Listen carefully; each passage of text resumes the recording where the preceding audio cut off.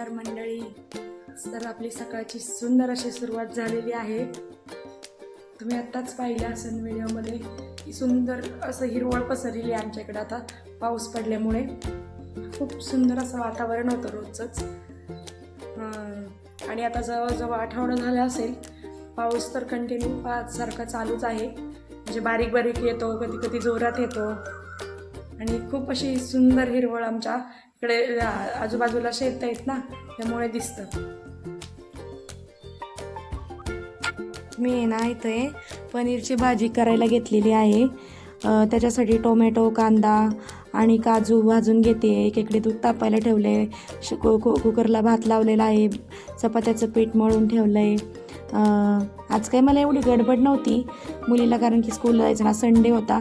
आणि म्हणलं आज स्पेशल असं पनीर आणि खीर बनवावी, कारण की आज बारस देखील होती ना, एकादशीच्या दुसऱ्या दिवशी बारस असते. तर ते मग सगळ्यांना उपवास सोडायचा होता. म्हणलं चला काहीतरी स्पेशल करूया. बरेच दिवस झालं पनीरची भाजी नाही केली आणि तुम्हाला देखील पनीरची रेसिपी सांगूया.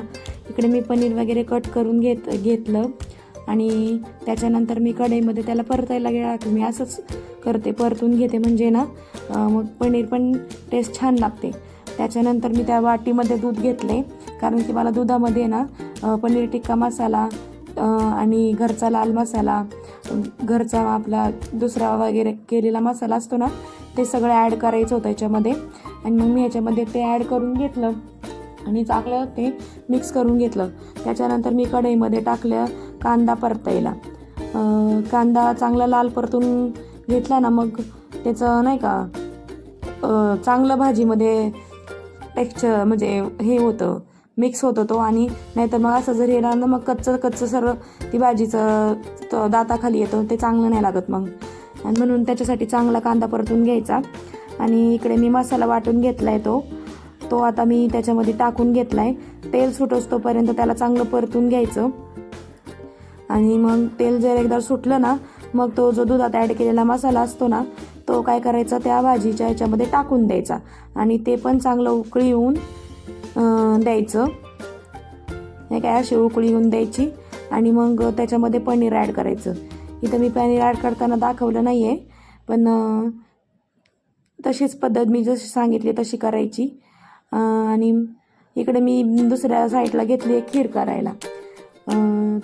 म्हटलं काहीतरी गोड म्हणून खीर करावा. तर शेवया मी नेहमी काय करत असते, तुपामध्ये चांगल्या भाजून घेत असते. म्हणजे मग ते, कारण की थोडंसं कच्चं सर लागतं, चांगलं तुपात भाजून घेतलं ना, मग त्याचा चव पण चांगली लागते. मग मी 1-1.5 चमचा ते तूप वगैरे टाकून घेतलं त्याच्यामध्ये आणि चांगलं परतून घेतलं. आणि शेवया चांगल्या परतल्या ना, मग त्याच्यामध्ये मी काजू, बदाम आणि मनुके वगैरे आणि विलायची वाटून आहे ना, ते तुपामध्ये परतून घेणार होते. हे सगळं खलबत्त्यात कुटून घेतलं मी पहिलं आणि त्याच्यानंतर कढईत ना परतायला टाकलं. आणि हे चांगलं परतलं ना, चांगलं लाल झालं ना, की मग आहे ना त्याच्यामध्ये ना हे टाकायचं, आपलं दूध टाकायचं. ठीक आहे. आता चांगलं परततंय. चांगलं परतल्या गेल्यानंतर ना मी त्याच्यामध्ये आता आहे ना दूध टाकणार आहे.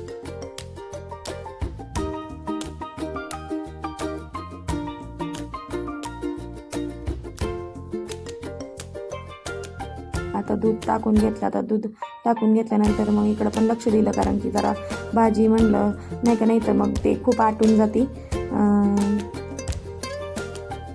2-3 उकळी आल्यानंतर ना ते भाजीचा पण मी गॅस बंद करून टाकला. पाहू शकता भाजीला किती छान असा टेक्स्चर आला आहे, किती सुंदर असा रंग दिसत, जसं की हॉटेलसारखीच भाजी दिसते. आणि मग इकडे दूध टाकलं होतं, ते थोडंसं उकळी नाही आली अजून. मग उकळी जरा आली ना की मग त्याच्यामध्ये शेवया ॲड करायच्या असतात. मग शेवया ॲड करून मग साखर पण टाकायची, म्हणजे मग छान होते खीर.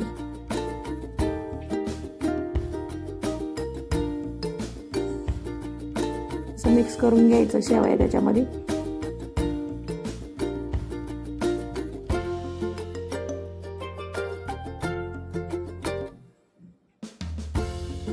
साखर पण टाकून घ्यायची मग त्याच्यात.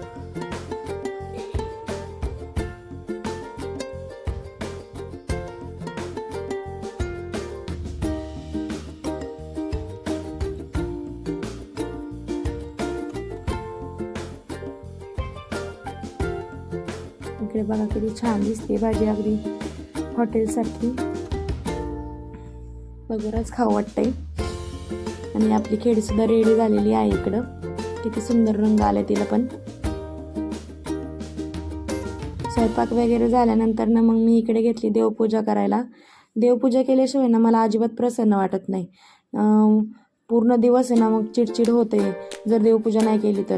कधीतरी असं होतंच माझ्याकडून पण, कारण की ट्युशन असतो ना, ट्युशन असलं ना मग कधी कधी गडबडीत राहून जातं आणि मग ते राहिलं की राहतंच. आणि म्हटलं चला आज संडे पण आहे, ट्युशन नाही, मग देवपूजा करून घेतली स्वयंपाक वगैरे झाल्यावर. आणि मला रोज स्वामीचरित्र वाचायची सवय आहे. मी ते डेली वाचते म्हणजे वाचतेच, त्याचा कधीही खंड करत नाही. आणि ते देवपूजा वगैरे झाल्यावर मी कपडे वगैरे धुवून घेतले आणि मग इकडे वाळत टाकते. खालचे कपडे येतात टाकता बरोबर, पण वरच्या कपड्यासाठी वरती चढावं लागतं. त्याच्यानंतर मी भांडी वगैरे घासून घेतले, कारण की मला करायच्या होत्या चपात्या. म्हणलं भांडी वगैरे पहिले नाही का भांडी घासून घ्यावी, म्हणजे किचन मोकळं झाल्यासारखं वाटतं. त्याच्यानंतर मी चपात्या वगैरे करून घेतल्या आणि मी जेवण वगैरे करून घेतलं. आणि इकडे मी नंतर बसले हार करायला. आणि हार करताच मग मी ना माझ्या मुलगा आदूला ना सुद्धा आहे ना आंघोळ घातली, कारण की त्यांनी सकाळपासून आंघोळ केलेली नव्हती, त्याला मी घातलीच नाही आंघोळ. की म्हणलं थोडंसं नाही का दुपारी त्याला आंघोळ घालता येईल. ना टी व्हीवरती ना त्यांच्या स्कूलमध्ये त्यांच्या टीचरने शूज काढायला सांगितले ना, टी व्हीवर बघून ती काढतीये. आणि मी इकडे हारच करते. अजून माझे हार झाले नाही. हार करता मी मध्येच उठले आणि आदूला पण आंघोळ घालून घेतली. त्यांनी सकाळपासून आंघोळ केलेली नव्हती. म्हटलं जरा थोडं थंड वातावरण आहे पावसामुळे, तर त्याला नंतर थोडंसं आंघोळ घालूया, म्हणजे तो आंघोळ घातल्यानंतर झोपून जाईल. तर आमचं जेवण वगैरे झालं आहे मगाशीच. तर असा होता माझा आजचा दिवस. जर तुम्हाला माझा व्हिडिओ आवडला असेल तर चॅनलला सबस्क्राईब करा, लाईक करा आणि बेल आयकॉनवर क्लिक करा, म्हणजे तुम्हाला नोटिफिकेशन मिळेल आणि माझे असेच नवनवीन व्हिडिओ तुम्हाला पाहायला मिळतील. थँक्यू.